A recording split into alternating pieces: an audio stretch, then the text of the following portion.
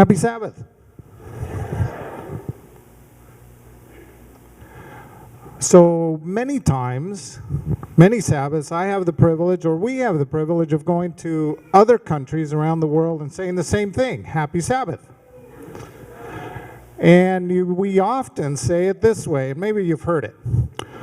And the guys from the General Conference, so if there's any of you guys in here, you'll have to forgive me. They love to say, I bring you greetings on behalf of the 35 million members worshiping today around the Seventh-day Adventist Church. So let's try that. Today, 35 million people around the globe are keeping Sabbath just like you. So I bring you greetings. Hey, that's pretty good.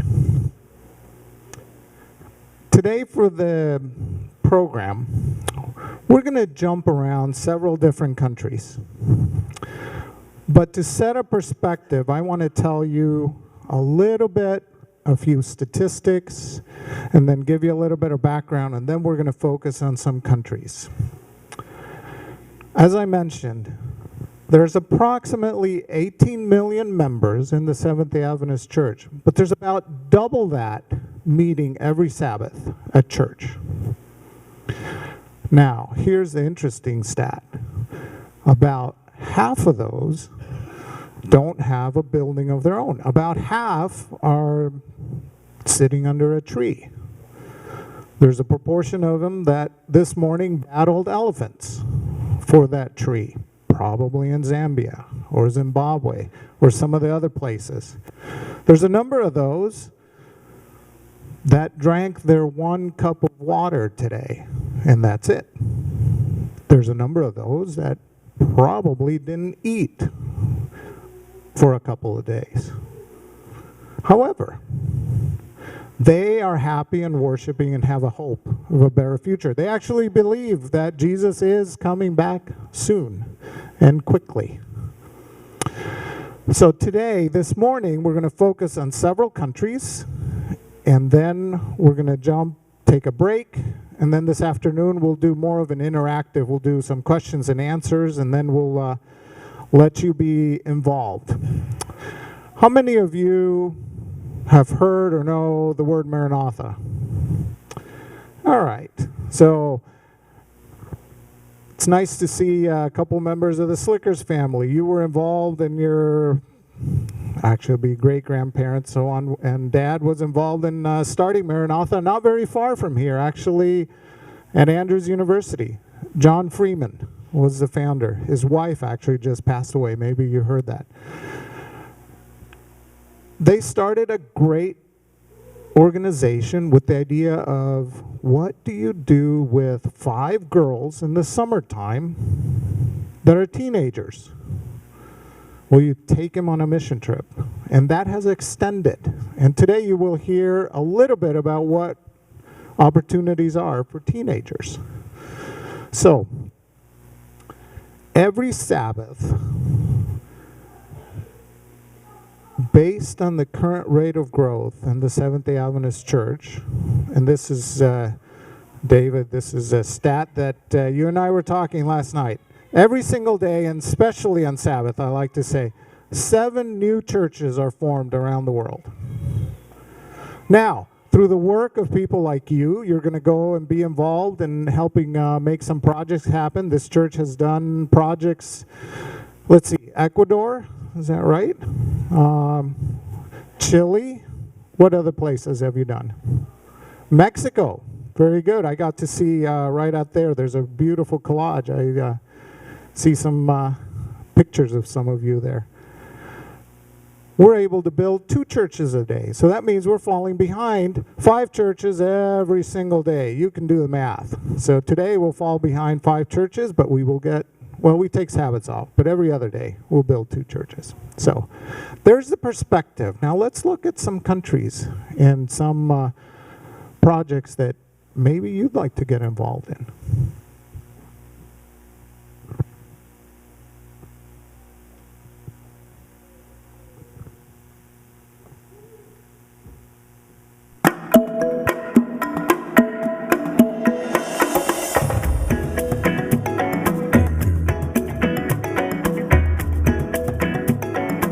Each year, more than 600,000 people visit the beautiful country of Kenya. Most spend their days on safari in one of the country's 19 parks and game reserves, or maybe visiting one of the many tea plantations. Maranatha's volunteers have felt the same draw, and nearly 400 people have participated on a Maranatha mission trip in Kenya since we began working in the country last year. Their visits have resulted in more than just pretty scrapbook photos. Their work is helping Maranatha meet the need for churches and schools all over the country. Thanks to the hard work of volunteers, 4 schools have received new buildings, allowing them to teach students in bright classrooms and providing safe living conditions in new dormitories. Maranatha has constructed nearly 100 churches in Kenya, several erected by volunteers. The act of moving a congregation into their new sanctuary is an experience that's hard to beat. And once a church is complete, it immediately begins attracting new members. Our volunteers are adept at responding to needs outside of construction. They find further ways to reach the local community, whether through medical clinics or vacation Bible school programs. Friendships are formed, and language is never a barrier. Kenya is a land full of opportunities to transform lives, maybe even your own.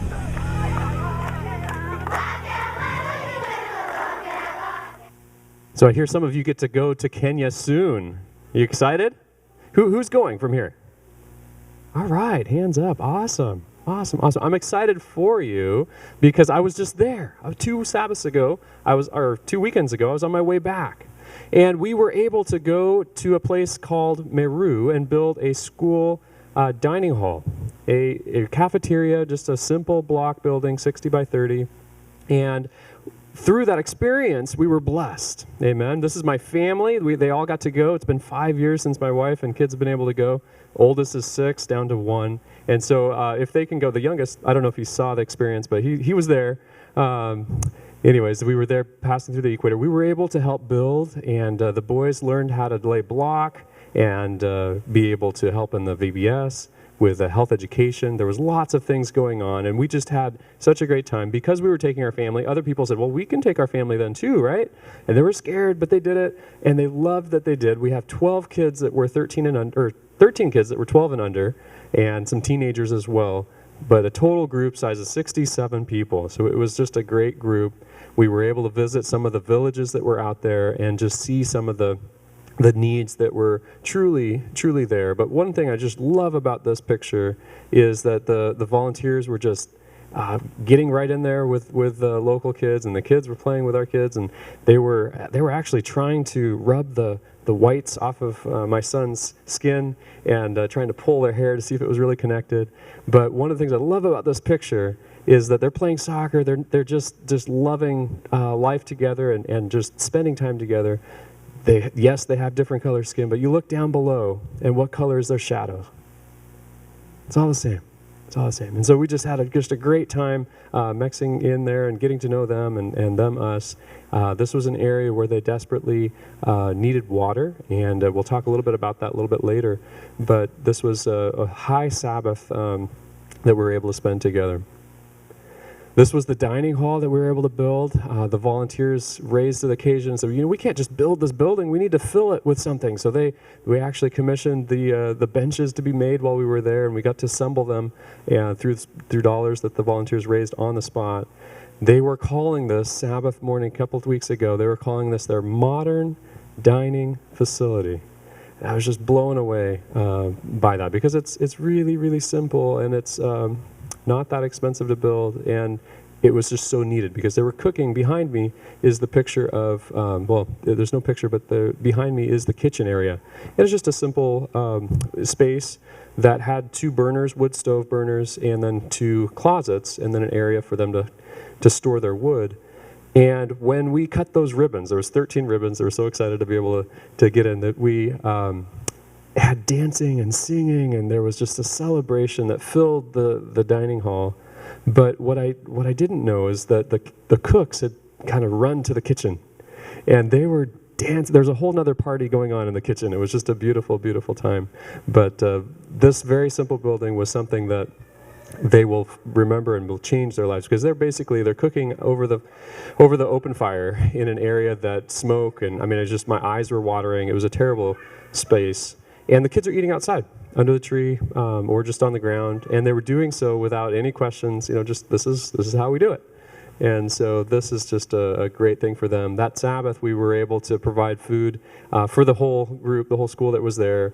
And we thought, well, we'd like to do something special. What can we do that's special? Like ice cream or cake? They're like, no, don't do that. Just maybe a bread or a banana. And so we thought, okay, well, we'll see. And so we did a special juice. We did bread and banana, and then the regular meal that they were used to. And the second so they went through first to get their food. And then the second that the bread was announced, the whole dining area was empty except for our volunteers that were sporadically put out there. But it was really, really impactful, I think, for my son and my family to be able to see just for a loaf of bread. They were so excited for a banana, for some juice, and then they'll forever be grateful for this building. So one block at a time, in 5 days, we were able to build that with a whole bunch of kids, which was just really, really rewarding. I don't know if there's any other pictures, but yeah, this is the group that was there. So this was Friday before we finished, but you guys will have a similar size group, I believe, 63, is it? Yeah, good size group, and I'm excited to talk to you a little bit more this afternoon if you have any questions one-on-one. But yes, that is something that we are very excited about, all the work that we're doing in Kenya. We have a manufacture shop that's there, and we're building 3 churches every 2 days that we're able to build and be put up. So that's exciting. And then again, the water wells is much needed there. But Kenya is one of those places that will capture your heart right away, and there's lots of opportunity for outreach there. So yeah, there's lots of cool things happening. And I think David and Judy Scholl are here and members of your church. And we had asked them, we said, well, have you shared yet about Bolivia? They said, well, no. And I had the opportunity of meeting them many years ago on site visits to Mexico and Ecuador and different places. And I thought, well, they need to share, why do they do this? Why do they get involved? There's so many other ways that you can spend your time, including maybe something on a beach or whatever. But this is something that they have chosen to give their life and be able to do, and they've been a number of projects. And this year led one of our Open Team projects, which is open to anyone to join, and we offer that support in our office. And so I think it was maybe easier than a group project for you, but we'll hear a little bit more about his update there. But happy to be here. Happy Sabbath. As Kenneth mentioned, Maranatha. Many of you have heard about Maranatha. Maranatha is Aramaic for "Come, Lord, quickly," and that's what that's our prayer. And I hope that you will continue to pray and be part of that prayer. Did you have a video? No. Okay. I think there was.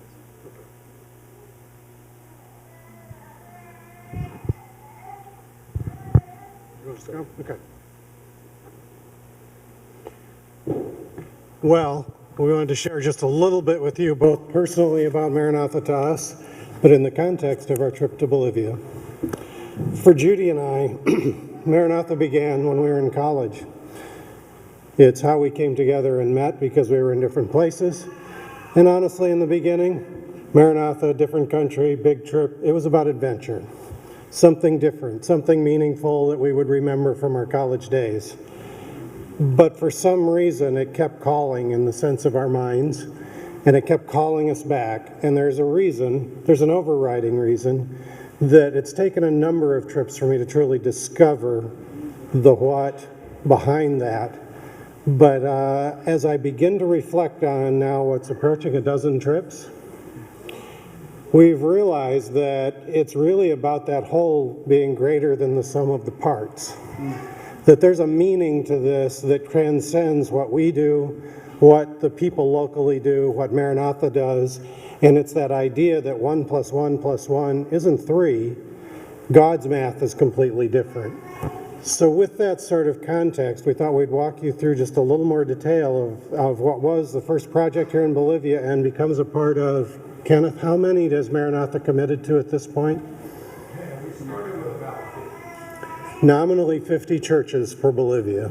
So with that, Judy's going to kind of show you some things that will give you, hopefully, insight into our experience. Well, again, big adventure. You want to see some strange and new places, which was the first drawing point.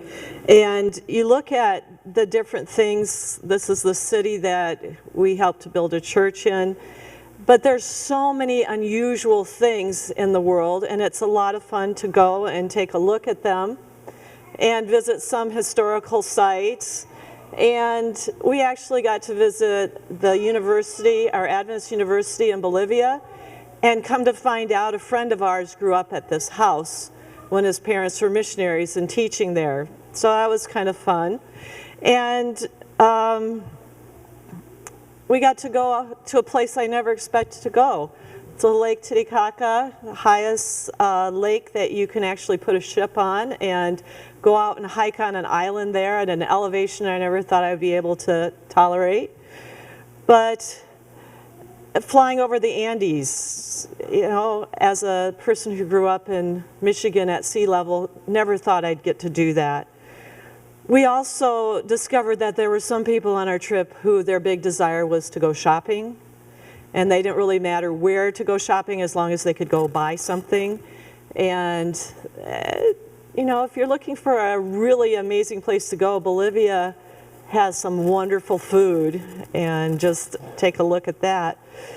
There are people, though, that another reason to go is you get to leave some of the stuff you're worrying about here and really focus on one thing. And David and I were focused on building a church. And so you can see that there's a lot involved in building a church for everybody. And people who said, I can't do it, they really could. And even going up high on the scaffolding, oh, I'm afraid of heights, and then they're up on the scaffolding. We have other people who focus on Vacation Bible School and reaching out to the community and teaching boys and girls, which is just so amazing. And in Bolivia, the parents come with them to Vacation Bible School. So you plan on 30 kids and you have 50 because mom's there coloring along with them. And you find out that you can do things you never dreamed of. Some people came expecting that they were going to do the cooking. And this is Trudy. She's 72. She didn't want to work on construction. And we were at a Catholic resort, and the nuns were cooking for us. And Trudy, we really need you on the job site. And she took me aside and said, I can't work more than 2 days, and then I'm sick. And so I can do 2 days and rest 2 days. And that was fine. Thursday, Friday, and then Sabbath, and Sunday and Monday, and I expected her not to be there on Tuesday. And she was there, and she was there all week working on the job site. Trudy, what happened? I found out I could do a lot more than I thought I could. And some of her church members were with her, and they said, when we get back, you're going to be more involved. And she said, I am. You also make new friends for life and have a really great time with your volunteers, and you become close to them, but you also become close to the church family that's there. And you're expecting wonderful things with them, and they're looking at you building the church, and they're seeing what's happening, and you're being inspired about what they're going to do with this building. The building we built isn't going to just be used on Sabbath, but it's going to be a center for cooking schools and haircuts and child development all through the week. So I was looking at that picture of Kenya with 67 people and thinking about the 21 that we took to Bolivia. 2 boys, 19 adults, average age of the adults 61 years old.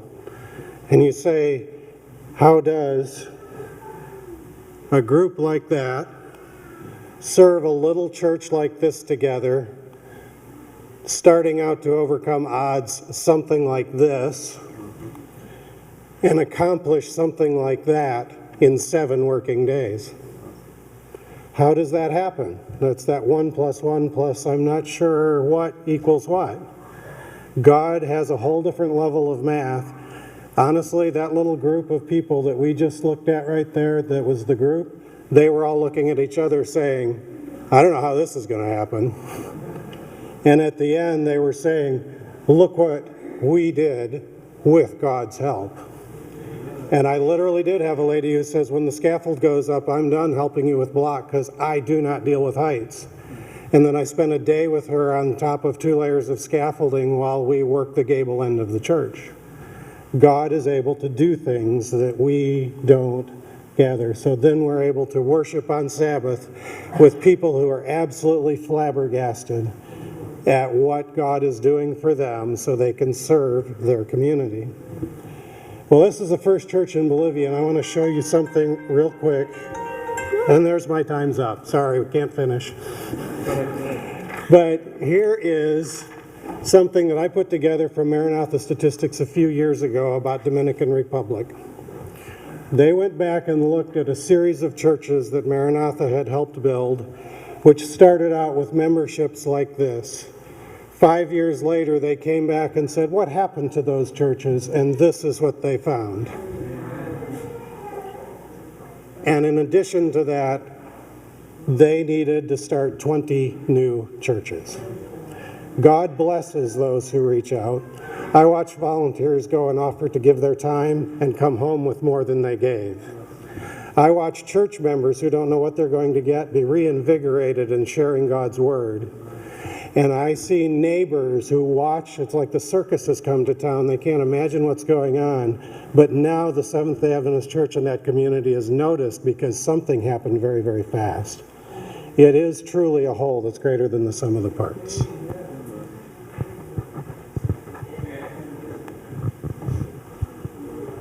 Thank you so much for sharing about that. That is great. We have a video, I think, to prompt. Awesome. Thank you.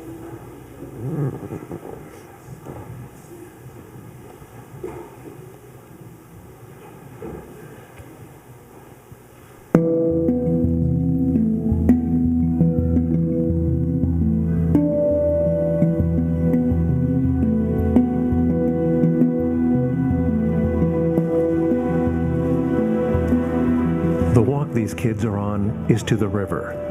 They are the younger children on Maranatha's family project to Kenya.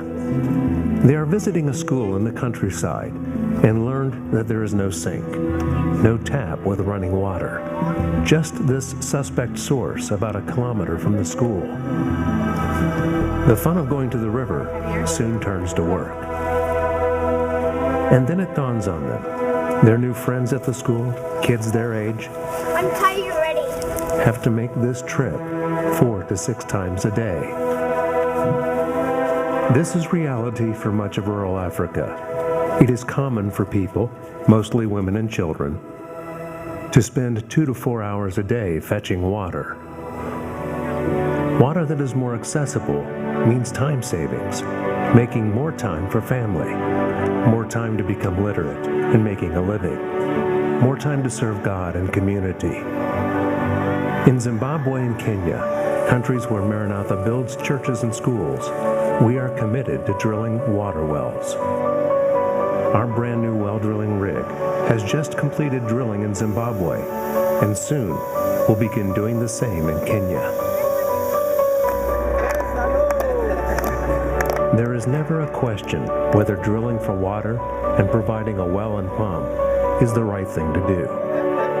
Providing water for a community is a tangible representation of God's love and care. With your support, Maranatha will continue drilling for water and sharing God's love.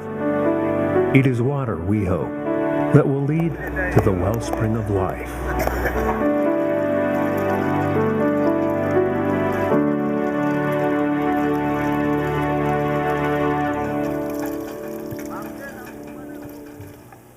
Impactful. How many of us woke up this morning taking water for granted? 1 out of 9 people in the world don't have access to clean water, and there are millions dying because of that. In fact, every 90 seconds a child dies because of water-related issues. It's a big problem, and I witnessed it firsthand. The further you go up in Kenya, I think the drier it gets and the worse off it is. And in fact, instead of gas stations like you would see here, there are water stations not as frequently as a gas station, but there are water stations where they have a truck deliver water into a tank, and then everybody brings their donkey or they puts it on their head and they come and they get water. So those are in the areas where they haven't been able to dig or put up water wells. Maranatha has the privilege of being able to do water wells, and we've been doing them in Zimbabwe, we've been doing them in Mozambique, and we get to go to Kenya pretty soon. We were going through donations that had come through, and we were saying thank you to our donors, because that's what you do, right? You're grateful. And so we were calling a donor, and we said, thank you for giving towards water wells. And they said, yeah, okay, yeah. We gave towards what? Oh, cool. That's good, yeah. So who are you with? What are you doing? They'd kind of forgotten about it. It was just kind of off the side. And as through that thank you, they started asking a few more questions. And they said, well, what is it you're hoping to do? What would be the best way to reach Kenya? You said there's a big problem. What's the best way to do it? Well, we need a water well rig. Okay, well, how much is that? Great, I'll send a check. Praise God. And so that has been drilling wells, poking holes in the ground. I think they did 24 wells in 2 weeks, something crazy fast. I mean, they were just go, go, go. As soon as we could get it out, we're doing that. And that's now in process. We've got the last piece of confirmation that the next step is getting it out of Zimbabwe, going up to Kenya, so that we can do that up there. And I believe the group is eager to see that happen up at the school. But that is something that God has blessed us with, is being able to provide clean water, something we just take for granted. And I believe what they're telling us there is that they are drinking about a cup a day, and if they can get to it. In fact, I met with some of the Samburu tribe, and they were telling us that we train for this. I said, what do you mean you train? How do you train for not having water? And she said, well, at birth, the mothers, they hold out from drinking any water. So they don't even drink a cup a day. They hold out from drinking any water for 1 month. And so that the babies can have breast milk I don't know how they get breast milk, but so that they can adapt to not having water, not having access to water. And so I said, well, you don't need to do that anymore. We're going to be drilling some water wells. And that comes with, that's with a big assumption that funds will come in for that. But it is a big, big need. And just wanted to share that. It's heavy on my heart that we be able to do that in Kenya. And so thank you for your support that way. And just wanted to share a little bit about how that works.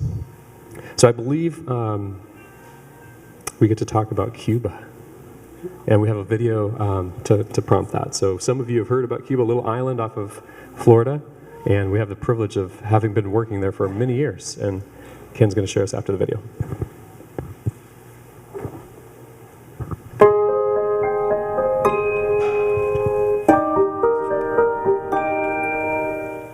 Cuba may top the list as one of the most challenging places Maranatha has worked. Our involvement on this island nation has been a delicate endeavor, one that has required an immense amount of faith. Over the past 20 years, Maranatha has completed 200 construction and renovation projects, including a new Seventh-day Adventist seminary. Yet one project remained untouched, the Cardenas Church. For decades, this congregation met in homes before building a small church. Over time, they needed a bigger place, but with no land or money to expand, the people of Cardenas did the only thing they could: pray. Endless bureaucracy delayed the construction, more than 20 years since the project first came to Maranatha's attention, and approximately 30 years since the members started praying for help. Maranatha broke ground on the Cardenas Seventh-day Adventist Church. After 18 months of construction, the new building was dedicated in April of 2017. It is a sanctuary worthy of the God it represents. More than 1,200 people gathered to witness the opening of the long-awaited church. It was a celebration filled with music, joy, and gratitude for answered prayers. In the coming year, we're embarking on a new project in the town of San Antonio de los Baños. The San Antonio congregation is active in their community, and a new church will help them expand their impact in a country that hasn't always been friendly to the gospel. But over time, God continues to slowly but surely open the door to new opportunities and new hope in Cuba. Maranatha's faith journey in Cuba continues as we follow wherever God leads.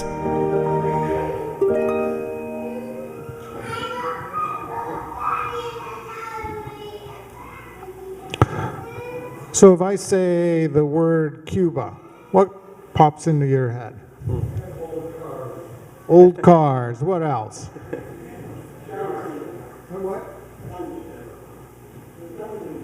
Guns. Okay.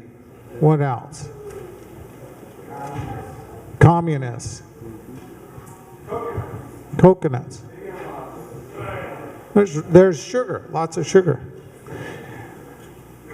You know, this is interesting. This is the first church I've been at where the word cigar didn't come up when I asked that. What happened here? Or did somebody say cigars? Oh, okay, very good. I didn't hear it there. Cuba is a very interesting place. As you probably have seen in the news, things are changing in Cuba. Yet it is still a communist country.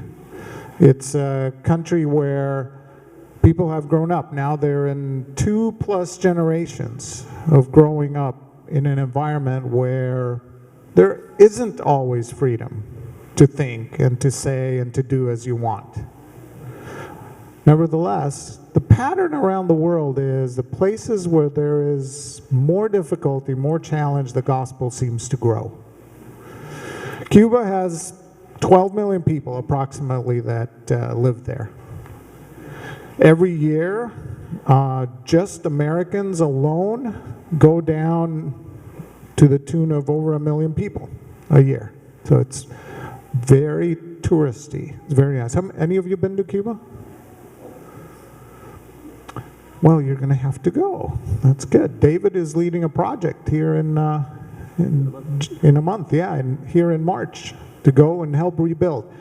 Now, what has Maranatha done in Cuba? Or why is Maranatha even involved in Cuba? Or how does Maranatha even pick a project like Cuba? Well, the project in Cuba started back in approximately 1994. Yes.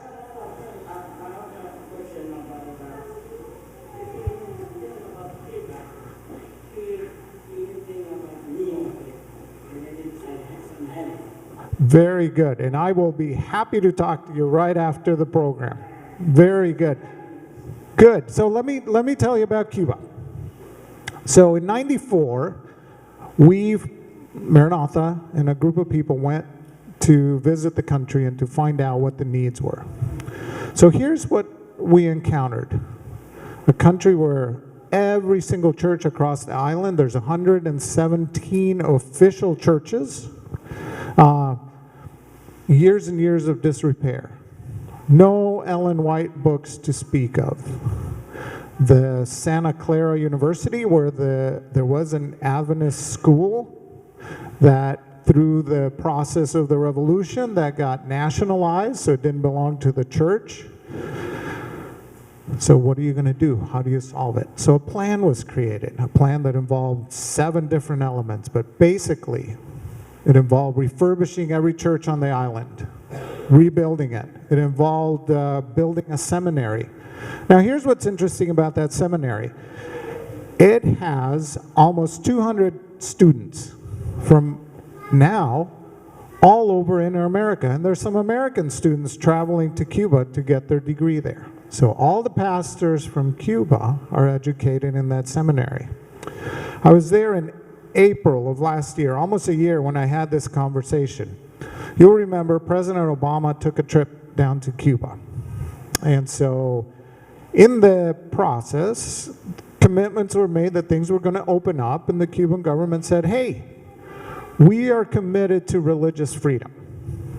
And that was listened to and so on. So a few weeks after he was there, a gentleman from the State Department came to the president of the Cuba Union, Aldo Joel, and said, hey, we understand that there have been some progress made for religious freedom. And your name specifically was mentioned, as well as the Seventh-day Adventist Seminary, and we'd like to take a look at that.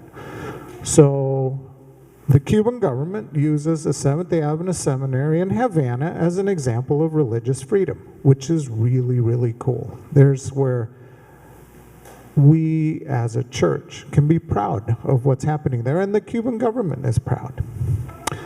Now, something very unusual happened at the time we came in '94. One of the first churches on the list is the Church of Cardenas. It is located real close to a place called Veradero Beach, which is the resort town. That is where most of the foreigners travel to Havana, and they want to go see the absolutely beautiful beaches there. So on that original list of churches to build was the Cardenas Church. Well, we didn't get permission, and we didn't get permission, and we didn't get permission, and we've written and run a lot of Maranatha mission stories about that. We had the very unusual thing that Cardenas got approved by the Cuban government to be a new church, so it gets added to the official church. So what does that mean? We just say church here. Well, in Cuba, there are different categories of churches. So if you're an official church, you would have the ability to put a large group of people together like this and to worship, and worship during the week and have meetings. If you're not an official church, and there's a lot of these, they call them house churches, you can't call a big group of people together. That's one of the freedoms that we take for granted. You can't just get together and meet. You have to ask permission. So that's why the importance of a church in Cuba is really hard to describe. So come on a project so you can see what it means to worship in that environment. So here's a project that I'm going to tell you about. You'll be the first church to hear about this.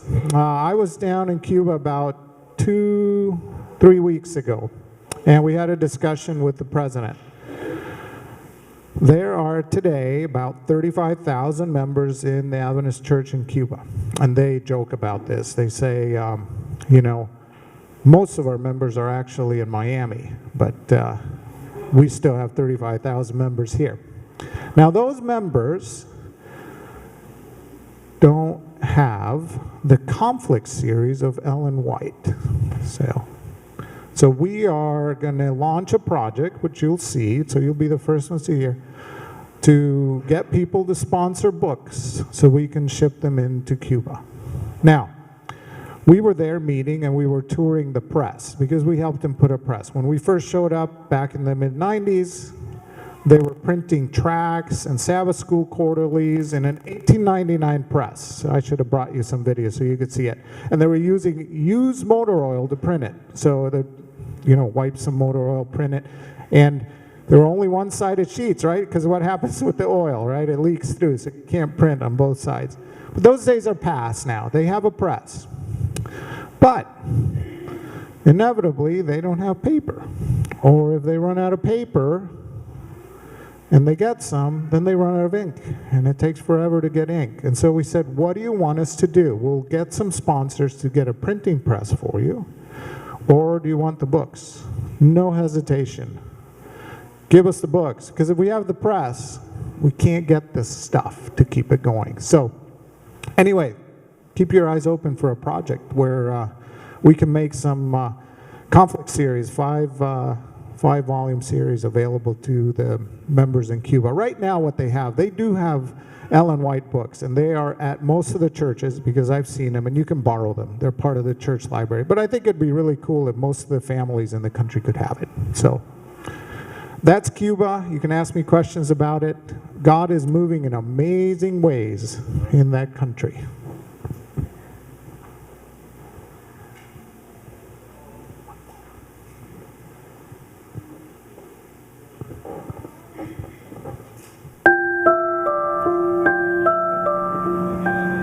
Last year, Maranatha mobilized more than 2,100 volunteers on 65 teams. We worked in 14 countries around the world, built 650 structures, and something immeasurable, provided joy. This is the mission of Maranatha, and all of this has been possible because of you, the donors, the volunteers, the prayer warriors who plead for God's continual guidance. We thank you for your involvement, and we hope that you will continue giving to the mission. As a self-supporting ministry, Maranatha relies solely on private donations to fund every project in our daily operations. We rely on your generosity. So please, continue donating to the $10 Church, which asks everyone to give just $10 a month. And every month, the combined $10 is enough to build a church. Keep sponsoring one-day churches and schools. Keep giving to projects in any of the countries where we are currently building churches or schools. Continue helping with the water program. Give where needed most, the programs that are in most urgent need of funding. A little or a lot, the amount of your gift is not important because every dollar, every prayer, every act of support makes a deep impact on this mission to share the gospel, transform lives, and hasten the Lord's return.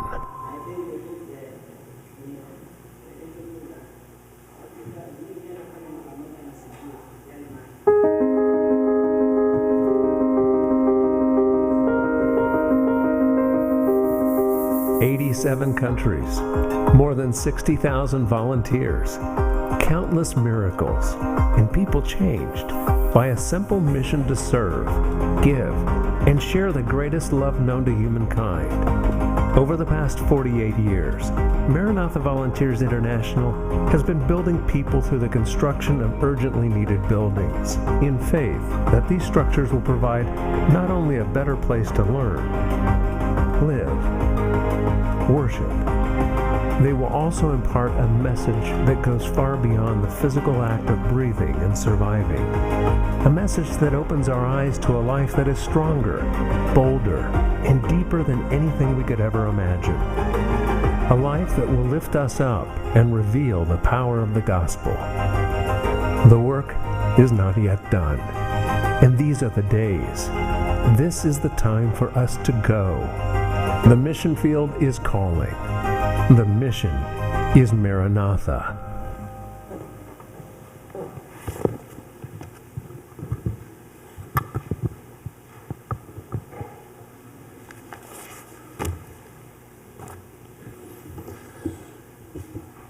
So we read this morning the Great Commission. I want to look at that for just a little bit and actually apply it to us today. So then the 11 disciples went to Galilee to the mountain where Jesus had told them to go. And when they saw him, they worshiped him, but some doubted. I'm going to pause there for a second. Now, Jesus had just died and he just resurrected. How in the world are you still doubting? Right? Doubt is very human. How, should I take that leap of faith? Should I believe in that guy called Jesus? Then Jesus said, all authority in heaven and on earth has been given to me. Therefore, go and make disciples. So that's the first instruction. Of all nations. So that's not just in Cuba, Kenya, here, right at home, also in this church, in our family. Baptizing them in the name of the Father, Son, the Holy Spirit, and teaching them to obey everything I have commanded you. And surely I am with you always to the very end of the age. That last sentence often doesn't get included. And I want to talk about that a little bit this morning. So, I'm going to jump to 2 Kings. So if you want to get your Bibles or your iPad, your iPhone ready. that would be fine. And we're going to go and talk about Elisha. But before doing that, if you picked up today's paper, it doesn't matter what paper, it doesn't matter what city in the world you're in, you can get a really good perspective of why Jesus gave that mission. Usually you can see it on the front page. You know, this is the Wall Street Journal, so it's going to be focused on business. Tariff plans, spurs global jockeying. You can go on. BlackRock puts gun makers on notice. What's that about? You probably know. And you can go on. Vietnam and the U.S. link with an eye to China. Tone deaf. Facebook's Russia bungle. What would the paper say at the Elijah's time? The Syrians, Chaldeans, there's a lot of different words. They're coming. Because this, to contextualize it, Elijah has just gone through the little period of 3 years, no rain. Remember the story? Meet at Mount Carmel. God accepts it. Gets rid of apostasy for a little bit. And then Elijah does something interesting. So I'm not quite to Elisha. He goes through and he establishes churches and schools throughout the kingdoms of Israel. So there's the north and then there's the south. And he's got them all over. And then Elijah's tenure is coming to an end. And the Lord says, hey, I need you to find your successor. And his name is Elisha. So he starts mentoring him. So those of you that are mentors and are perhaps more experienced, I encourage you to read about that because there's a lot of young people, even sitting in the pews here, that could use your mentoring. Show them. Elijah and Elisha, you can read about it in Ellen White. They spend a lot of time together where Elijah is showing Elisha, how do you test your faith? And how does God speak to you and then you take the message to somebody else? Do you hear that? How does God speak to you and then you take the message to somebody else? That's what we're called to do. That's the Great Commission. So Elisha says, you know, this is really cool. I want to be like you, to Elijah. Elijah says, well, I don't know if that's in the cards for you, so, you know, if you happen to see me going up in the chariot, then you're good. And so that happened. And Elisha's request was that I want a double measure of Elijah's spirit. Okay, that's the fun part. Elisha is one of my favorite characters because he did miracle after miracle. So now let's jump in and read just a little bit. I'm just going to teleport right into the life of Elisha, and he has been traveling around the northern and southern kingdom. In fact, this could have been in the southern kingdom of Judah where this happened. The company of the prophets. So this is at School of the Prophets, okay? This would be at the Grand Rapids Adventist School. Is that what it's called? Academy. Thank you. So Elisha comes by and says, look, the place where we meet with you is too small for us. Let us go to the Jordan where each one of us can get a pole and let us build a place for us to meet. Ring, ring, ring, David Lopez, we need a project. Let's go work. Let's go expand the church in Kenya. It's too small. Let's go expand maybe the church here in your local town. Let's go expand the church in Cuba. You pick it. So there's my hypothesis. There's the first Maranatha project. All right, let's go build. So what happens? You will never be involved in a journey of faith, doing something for God without getting attacked. Okay?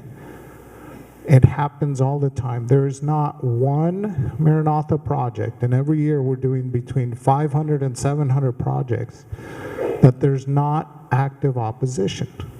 Sometimes you see it, sometimes you don't. So let's join the story again. And he said, go. Then one of them said, won't you please come with your servants? I will, said Elijah, and he went with him. Then they went, sorry, I should have given you the verse before. It's 2 Kings 6, chapter 6. That's where we're looking right now. Then they went to the Jordan and began to cut down trees. One of them was cutting down a tree. The iron axe head fell in the water. Oh no, my Lord, he cried out. It was borrowed. The man of God asked, where did it fall? When he showed him the place, Elisha cut a stick, threw it there, and made the iron float. All right. Who has had the proverbial axe head fly off that axe and end up in the water? And what are you going to do? Anybody? I think everybody has. Have you ever lost a job? Have you ever had a business deal go sideways? What happens when you decide to go on a Maranatha project? Does the schedule just work out, or do people say, no, you can't have that time off? Or what happens to the finances? Do they come together? Probably not. There's something that we see a lot, and we hear about it. David was telling me about it this morning. His group in particular, that went to Kenya, came back on fire for Jesus. A few days after they're back, guess what? Discouragement, sickness, death, attacks. Why? So get that axe out of the water. When he showed him the place, Elijah cut a stick and threw it back in, and the iron floated. How does one get to the point that you can be brave enough? Okay, you're in front of your school, and that axe head just fell. What are you going to do? Does somebody have a swimsuit? Let's go swim and try to get it out. It takes some guts to step out and actually say, cut that branch and throw it in.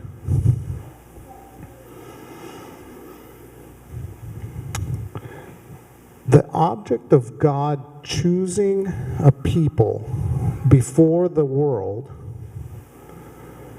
was not only that he might adopt them as his daughters and son. So let's jump to the next one. Oh, one more slide. Here. And then pause for a second. This is one of the 5 books that we want to make happen for Cuba. Prophets and Kings.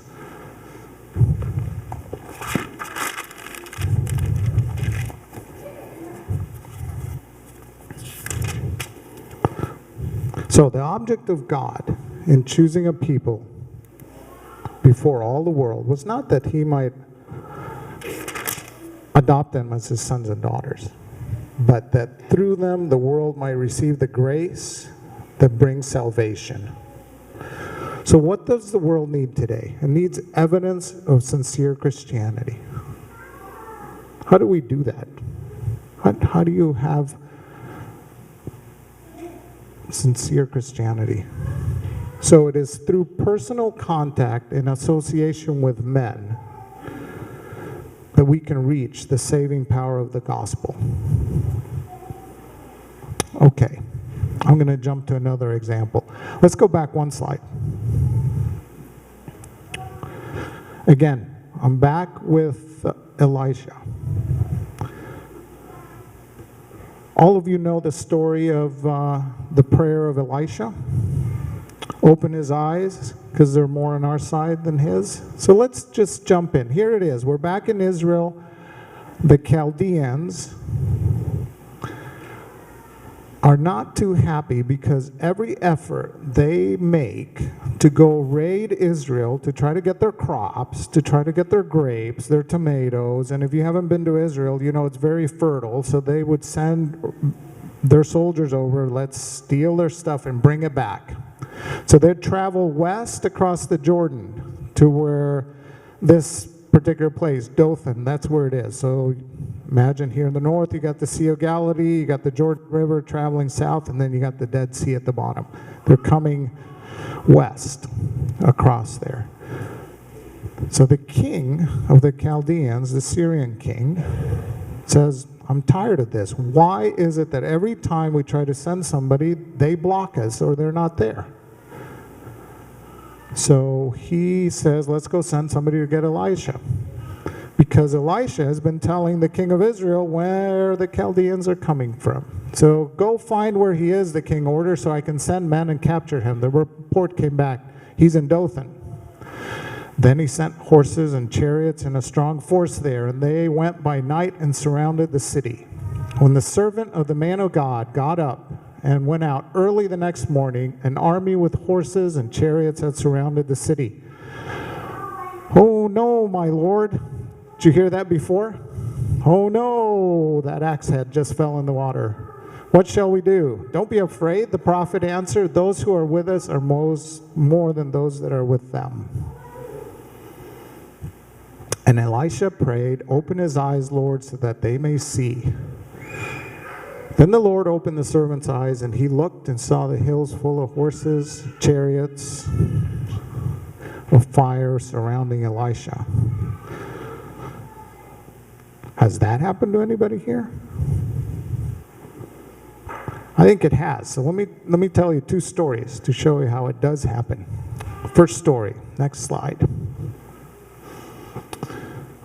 Nuts and bolts of vision. This was in, Corbin, remind me, 2011. We were in Victoria Falls, Zimbabwe. We are doing the first school campus in that country. Now, the country of Zimbabwe, most of you know, is the country that has the dubious, story of having the highest inflation in world history. I'll show you later if you want. I have in my wallet, I have $100 trillion bill, which wouldn't even buy you a loaf of bread.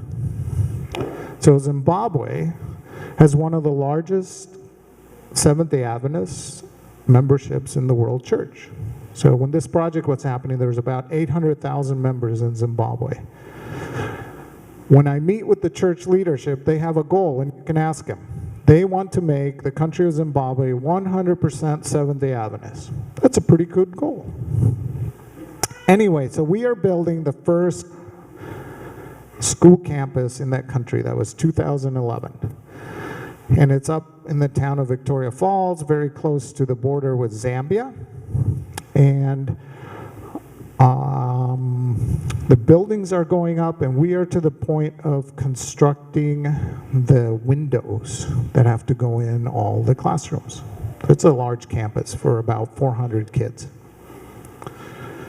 And sure enough, we look in the several containers, and what we're looking for is a very specific set of nuts and bolts. So we found the bolts. It's about 500 of them. So it's not a small number of them. Found the bolts. And they were purchased at Home Depot. And we can't find the nuts. So you can't assemble the windows. Because when you're in this part of Zimbabwe, there is no Home Depot. You cannot go somewhere and just order it. Amazon does not deliver there. There's no Amazon Prime to Zimbabwe. What do you do? Oh, I heard it. Pray. That's it. Because really, there is no other option. You pray. So we prayed, and there's a pastor, a local pastor, who was there helping us, and we sent him to the hardware store. And he went to the hardware store, and the gentleman running it, he's an older gentleman. Hardware store has been there for about 50 years, so it predates Mugabe. He said, no, I have the sample of bolts. We don't have those. We can try to get some. Now, we're in the metric system. You guys are in the English system, so it wouldn't work anyway if we got them. Oh, okay. So the pastor came back and gave us that answer. So another day of praying. Now now we're worried because we're trying to get this project finished and dedicated. So we sent them back and said, go back one more time, ask the gentleman that owns the store to go dig around in the back. See if by chance there's anything that would work. So here's the cool part. Pastor went there, asked the gentleman to look for the bolts. The gentleman says, I don't have the bolts. We're already here. He says, please look again. He says, okay, fine, I'll look in the back. So he went in the back. I've been to that place because this was happening. I was in and out. I didn't happen to be there for this conversation, but right after. In the back, he has all these old shelves of stuff. So he dug up and reached up there, and he found, guess what? An old dusty box that had been there over 50 years. And guess what was in it? Bolts. Metric or English? English. Exactly. Those bolts were left there. I have no idea why, but you do. 50 years ago. He never sold them, never even reached for them. So we did. We finished the school. How's that for your eyes are open and those that are with you are the chariots of fire? One more story? One more story. The vision in the Maranatha. Corbin was a part of this. We were in Kenya 2 years ago. And Corbin and I wanted them to go see what people are like living in Kenya. So you go into Maranatha. It is a hut. I should have given you different pictures, but it's a hut made up of mud and dung, and when it dries, it kind of stands up. And those of you that are going to Kenya, you can ask Ronnie to let you experience the process of building one of those if you really want. So we went in there, Corbin, you'll remember, and we were interviewing the lady, what it was like, and on the wall of her dirt mud manana she had scratched out, probably with a rock, there's a picture. And there's a picture of a church building and some clouds and a sun. And it's very simple. It's like line drawings, like you would see a 3 or 4 year old draw. So we asked her about that. And she said, I've had this vision of a church like that coming. This is what I've been praying for. This is what I've been dreaming for. And what's really cool is that 500 yards away, without us knowing, without her knowing, there's a church going up like that. It's big praise the Lord. Her eyes were open, and my eyes were open. God is working in all these places as a result of His plan, not our plans. So those of you that are planning to go to Kenya, I want to ask you to stand up today, because I want to have a special dedicatory prayer for you. God's going to use you. I don't know how. You're going to reach people. And you're going to Kenya because there's been a plan set out a long time ago. You're part of those chariots. And people's eyes will be open. Maybe it's your eyes. Maybe it's their eyes. You get to personally carry the gospel commission to Kenya. And those of you that are sitting, you get to do it too. You get to pray for them. You get to work in your own home, with your own children, with your own family, your own neighbors. It's through those relationships that we reach others. Let's bow our heads and have a special prayer. Dear Lord, I want to ask you today to be with the group of 63 that are going to go to Kenya. We know that they'll have challenges ahead, during, and after, but we know that you're a part of it. We know that we're responding to your request to take the Gospels to the ends of the world. And I want to thank you for each of them. Give them courage, faith, safety, understanding, wisdom, and gratitude for the privilege of being involved with you. I ask you this in your name. Amen. You can sit down.